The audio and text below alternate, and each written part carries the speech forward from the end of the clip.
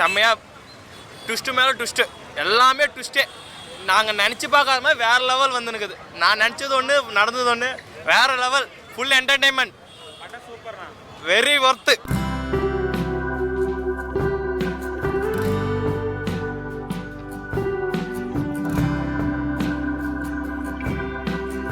அவ்வளோதான், நம்மளை முடிச்சு விட்டீங்க போங்க.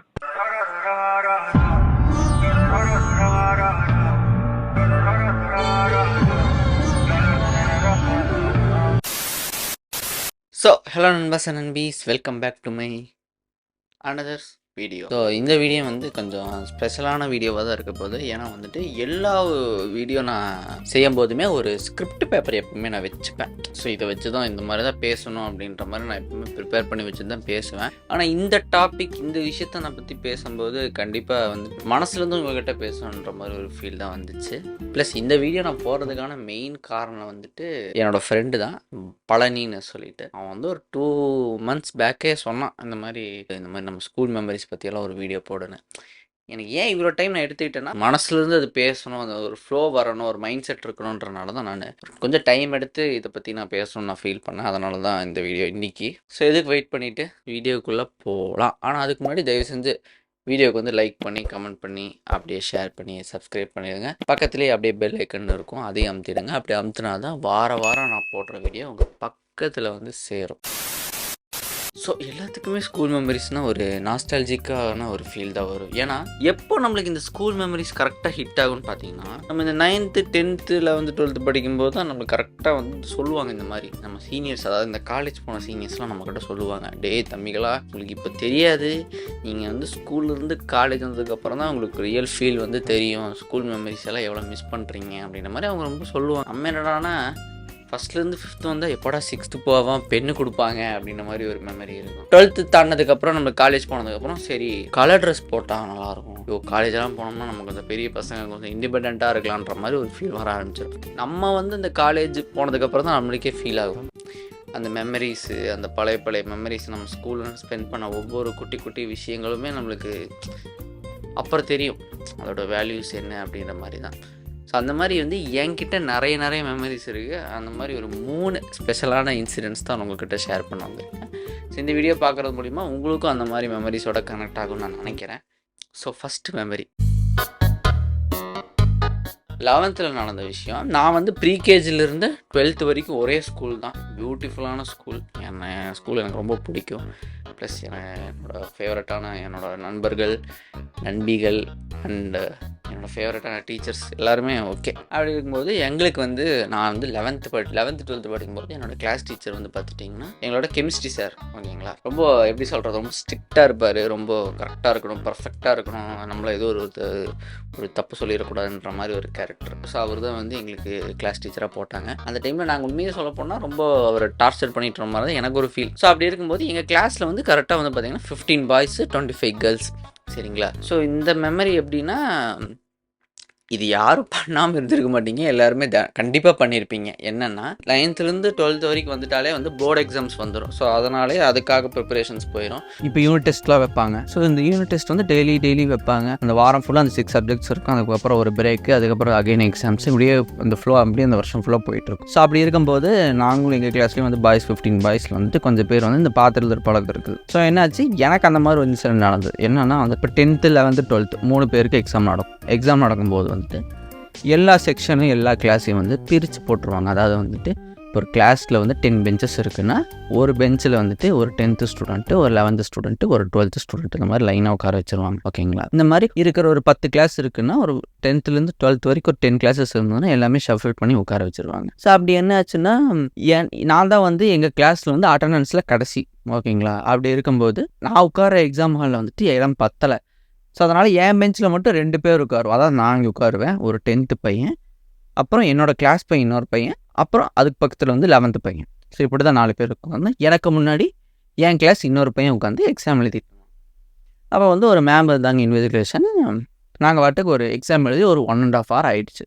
திடீர்னு என்ன ஆச்சு, இவன் வந்து மோட்டர் இருக்கான், திடீர்னு எடுத்து பேப்பர் இவன் குடுறான்னு சைட்லேருந்து அப்படியே பேப்பர் கொடுக்குறான். என்னடா தம்பி, என்ன இல்லை எனக்கு புரியல, என்னடா பண்ணுற அப்படின்னு மாதிரி.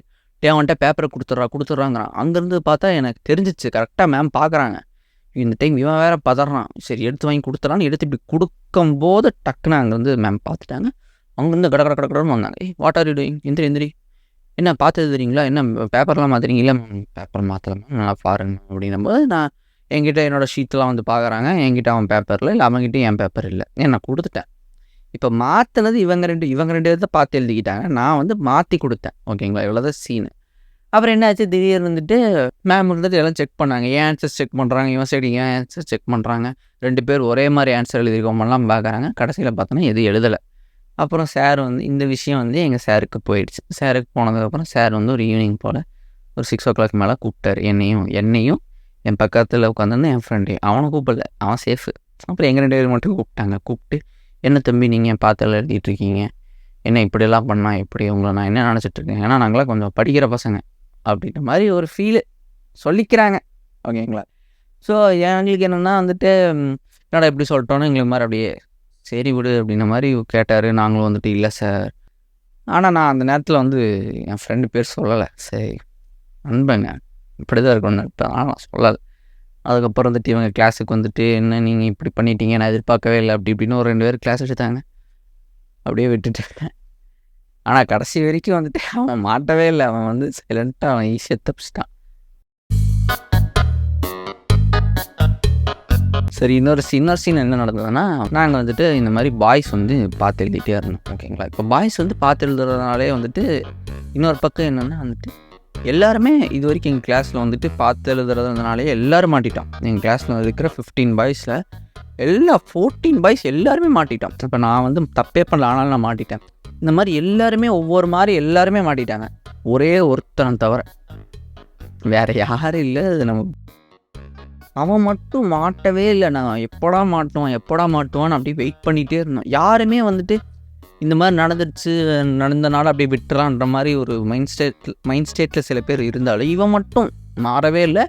பார்த்து எழுதிட்டே தான் இருந்தான். ஆனால் தலைவர் வந்துட்டு சிக்கவே இல்லை. ஒரு வாட்டி கூட சிக்கலை. ரொம்ப தெளிவாக இருந்தார்.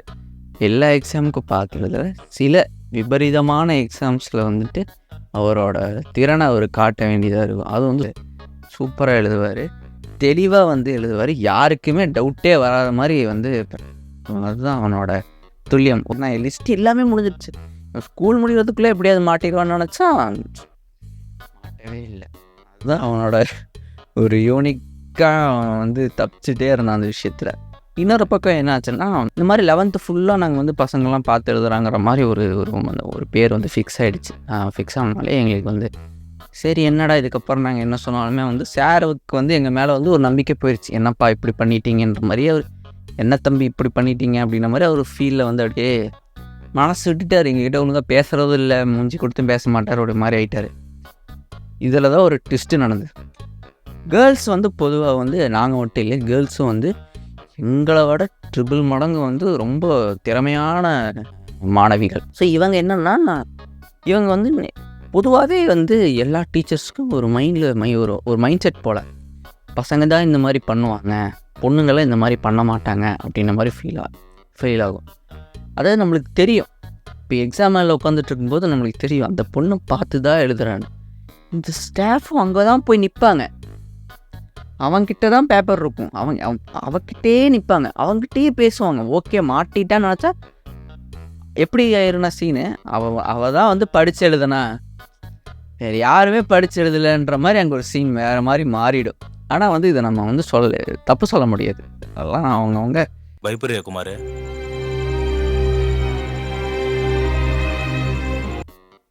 நம்ம என்னத்தை சொல்ல முடியும். ஸோ இந்த மாதிரி ஒரு பாட்டு இந்த மாதிரியே போயிட்டு இருந்தது. எங்களுக்கு நடான்ற மாதிரி நாங்கள் பெருசாக கவனிக்கல. இந்த சைடு ஒரு மாதிரி இருக்குன்ற மாதிரி ஒரு ஃபீலிங்கில் இருக்கும்போது தான் கரெக்டாக வந்து எங்கள் கிளாஸில் ஒரு பொண்ணு அன்ஃபார்ச்சுனேட்டாக ஒரு அன்லக்கி டே அன்ஃபார்ச்சுனேட்டாக வந்து அந்த பொண்ணு வந்து எங்கள் சார்கிட்ட மாட்டிட்டா. என்னம்மா நீ என்ன பண்ணுற அப்படின்னும் போது அவனால் ஏற்றுக்கவே முடியல. என்ன இப்படி பார்த்து எழுதிட்டு இருக்கிற, அது ஏன் இன்விஜிலேஷன்லேயும் இப்படி பண்ணுறீங்க நீன்றும்போது அவருக்கு சமக்கம் வந்துடுச்சு. ரொம்ப ஒரு மாதிரி அந்த இதை ஒரு மாதிரி டக்குன்னு மனுஷன் எல்லாத்தையும் செக் பண்ணி எல்லோரும் மாட்டினாங்க. டக்குன்னு சேஞ்ச் ஆனார் அன்றைக்கி வந்துட்டு. தம்பிகளாம் பசங்களை கூட நம்பியெல்லாம் போகலடா, ஆனால் பொண்ணுங்களே நம்பக்கூடாதுன்ற மாதிரி அது ஒரு ஃபன்னாக இருந்தது. இப்போல்லாம் அதெல்லாம் யோசிச்சு பார்த்தா ரொம்ப ஃபன்னாக இருக்குது. ஏன்னா வந்து அது ஒரு உண்மையை சொல்லப்போனால் இந்த பிக் பாஸ் சீசன் 8 மாதிரியே இருந்தது எனக்கு அந்த மாதிரி டைம். ஏன்னா அது ஒரு பாய்ஸ் டீம் மாதிரியும் கேர்ள்ஸ் டீம் மாதிரியும், ஐயோ எங்கள் சைடு நிறைய கெட்ட பேர் வருது, அந்த சைடு நிறைய கெட்ட பேர் வருது, நம்ம கரெக்டாக இருக்கணும் மாதிரி உள்ளுக்குள்ளே ஒரு ஃபீல்லே இருந்தது. சீரியஸாக சொல்லப்போனால் ரொம்ப இதெல்லாம் யோசித்து பார்த்தா இன்றைக்கி வந்து ரொம்ப சிரிப்பாக இருக்குது அந்த மாதிரி ஒரு விஷயங்கள்லாம்.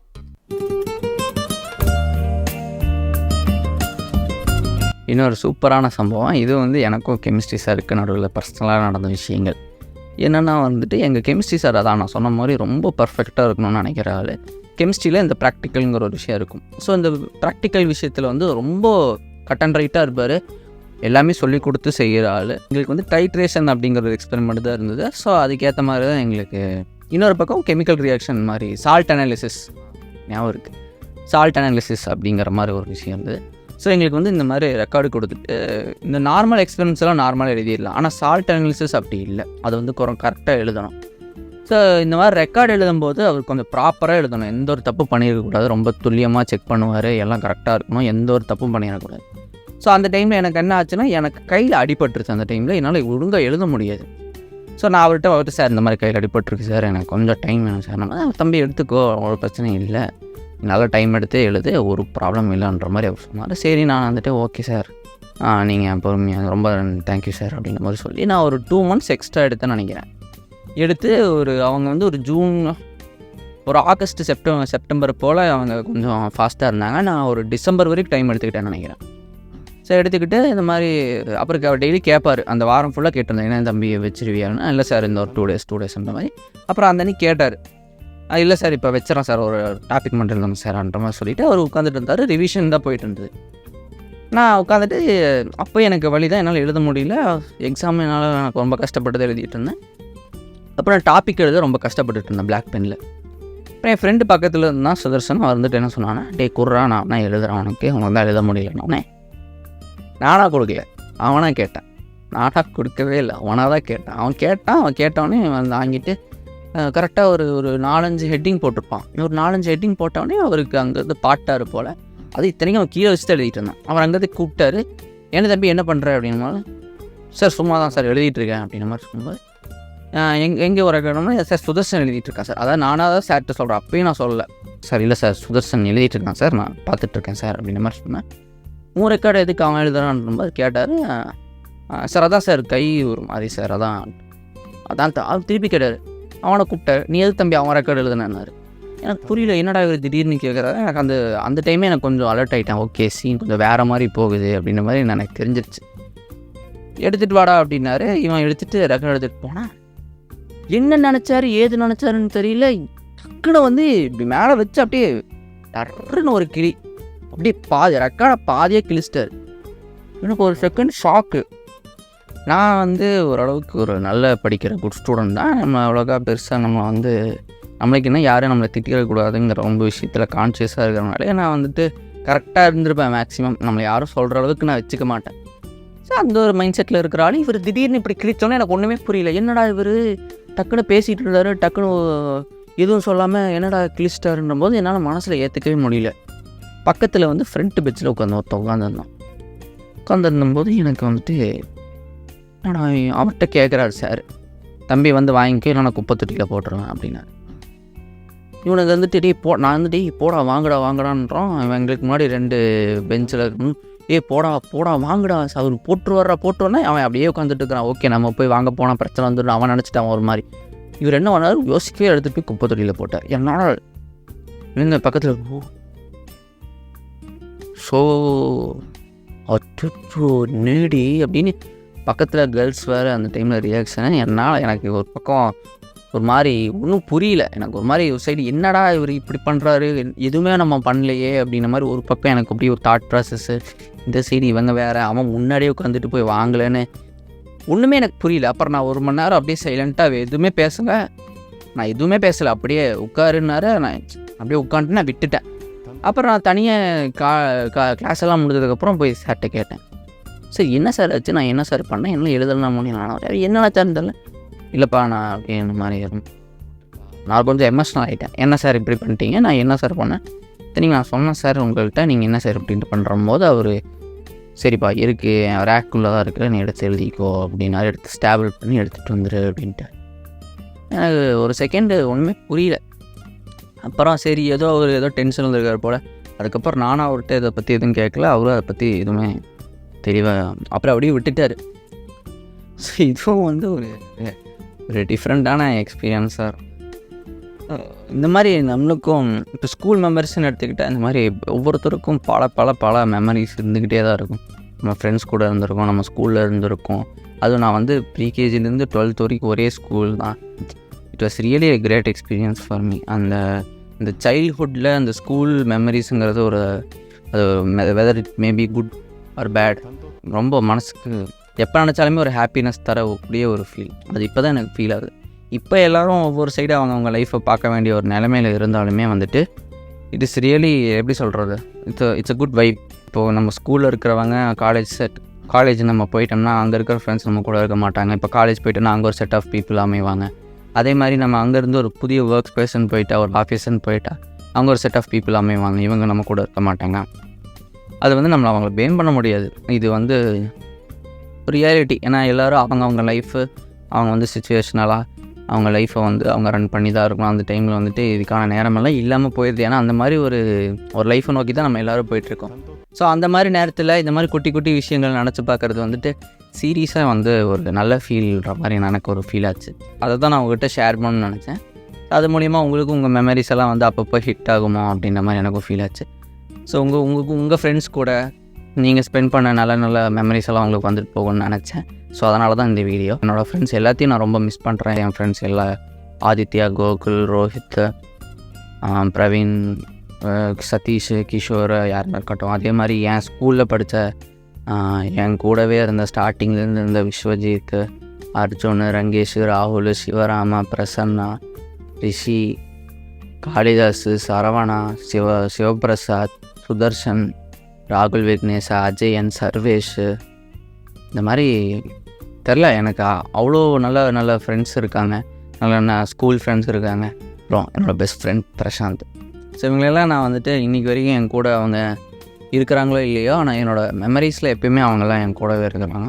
So I am really happy and thankful for. அவ்வளோதான் என்னோட. Thank you guys, thank you so much. அதே மாதிரி கேர்ள்ஸ்லேயும் நிறைய ஃப்ரெண்ட்ஸ் இருக்காங்க. So really I am so thank you guys, really thank you. அதான் என்னால் வந்து இந்த வீடியோ மூலிமா உங்கள்கிட்ட சொல்ல முடியும். ஸோ இந்த மாதிரி எனக்கும் இந்த மாதிரி தோணுச்சு. அதே மாதிரி உங்களுக்கும் உங்களோட மெமரிஸ் எல்லாம் ஞாபகம் வந்திருக்கும் நான் நினைக்கிறேன், உங்களோட ஃபேவரட்டான ஸ்டாஃப்ஸ் கூடயோ. ஸோ ஸ்கூல் மெமரிஸ்ன்னு எடுத்துக்கிட்டால் எல்லாமே இருக்கும். டக்கின் பண்ணுறது, ஐடி கார்டு போடுறது, கிளாசிக் டைமில் இருக்கிறது, ஈவினிங் எக்ஸ்ட்ரா கிளாஸஸ் இருக்கும்போது நம்ம ஸ்கூல் முடிச்சு டியூஷன் போகிறது, ப்ளஸ் நம்ம ஸ்டாஃப் கிட்ட அடி வாங்குறது, பிடி சார்கிட்ட அடி வாங்குறது. எப்படா பிடி பீரியட் வரும்னு நினைப்போம். அந்த டைமில் தான் மேக்ஸ் சார் வந்து இல்லை இங்கிலீஷ் சார்லாம் வந்து எங்களுக்கு அந்த பீரியடை வந்து பாரோ பண்ணுவாங்க. பேப்பரில் சைன் வாங்குறது, ஹேண்ட் கிரிக்கெட் விளையாடுறது ஃப்ரீ பீரியடில், ஃபுட்பால் விளையாடுறது, ஆனுவல் டே நடக்கிறது, ஈவெண்ட்ஸ் நடக்கிறது, ஸ்போர்ட்ஸ் டே நடக்கிறது, இண்டிபெண்டன்ஸ் டேக்கு நடக்க ஆளுங்காத்தான் வந்துட்டு ஒயிட் யூனிஃபார்ம் போட்டுட்டு பரேடுக்கு வர்றதுலேருந்து ப்ரைஸ் டிஸ்ட்ரிபியூஷன் டேலேருந்து எல்லாமே ஒவ்வொரு குட்டி விஷயங்கள்லேருந்து எல்லாமே வந்துட்டு it was really good so much good. இந்த ஸ்கூல் மெமரிஸையும் எடுத்துக்கிட்டால் நான் இன்னும் நிறைய மெமரிஸ் என்கிட்ட இருக்குது. இதை விட நல்ல மெமரிஸும் இருக்குது, இதை விட பேடான மெமரிஸ் இருக்குது. பட் தென் ஒரு நாஸ்டாலஜிக் ஃபீல் தான் எனக்கு சீரியஸ்லி. ஸோ இந்த வீடியோ அவ்வளோதான். இதை பற்றி தான் நான் பேசணும் உங்கள்கிட்ட வந்தேன். நாளைக்கு வேறு முடி வெட்ட போயிடுவேன். எந்த நிலைமையில் என் முடி இருக்குன்னு எனக்கே தெரியல. அதனால தான் நான் டக்குன்னு வந்து ஒரு வீடியோ போட்டு ஷூட் பண்ணிடலான்ற மாதிரி பண்ணி தான் இந்த வீடியோ. ஸோ இதே மாதிரி இந்த வீடியோ உங்களுக்கு பிடிச்சிருக்குன்னு நினைக்கிறேன். மறக்காமல் லைக் பண்ணி ஷேர் பண்ணி சப்ஸ்கிரைப் பண்ணிவிடுங்க. அதே மாதிரி உங்களுக்கு இந்த மாதிரி ஏதாவது ஒரு ஸ்பெஷலான லைஃப்பில் வந்து ஸ்பெஷலான ஒரு மூமெண்ட்ஸ் ஏதாவது இருந்தாலோ, ஸ்கூல் மெமரிஸ் இருந்தாலும் அது தயவு செஞ்சு கமெண்ட்டில் வந்து ஷேர் பண்ணுங்கள். நான் பெஸ்ட்டான கமெண்ட் வந்து லாஸ்ட் டைமே வந்து வீடியோவில் படிக்கிறேன்னு சொல்லியிருந்தேன். சௌந்தர்யா அப்படிங்கிறவங்க எத்தனை வாட்டி நான் வந்து கைஸ் அப்படின்னு சொன்னேன்னு சொல்லியிருந்தாங்க. ஸோ அவங்களுக்கான கிவ்வே வந்து நான் அடுத்த வீடியோவில் வந்து கொடுக்குறேன். ஸோ சொன்னது செய்வாங்க, சொன்னால் செய்வேன், கமல் ஸ்டைலில் சொல்லுவாங்க. ஸோ அதே மாதிரி அடுத்த வீடியோவில் உங்களை நான் சந்திக்கிறேன். அது மாதிரி உங்களிடம் வந்து விடைபெறுவது உங்கள்